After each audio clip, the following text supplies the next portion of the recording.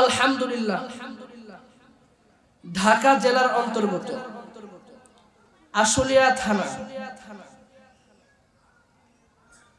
Jamia মুহাম্মাদিয়া Arabia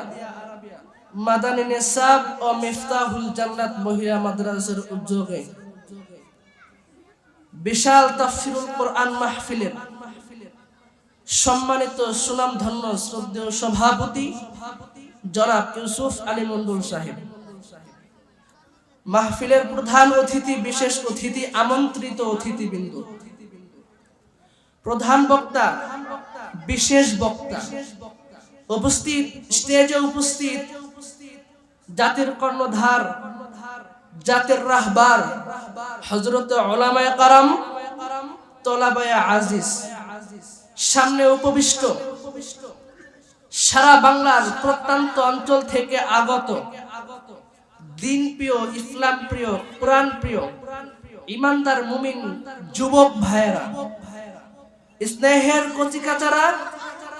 মাইকের আওয়াজ যতদূর যাচ্ছে শুনছেন পর্দানিশী মা ও বোনেরা, সকলকে জানাই আমার আন্তরিক শুভেচ্ছা ও মোবারকবাদ। আল্লাহ রাব্বুল আলামিনের দরবারে লাখো কোটি শুকর এবং সুজুদ,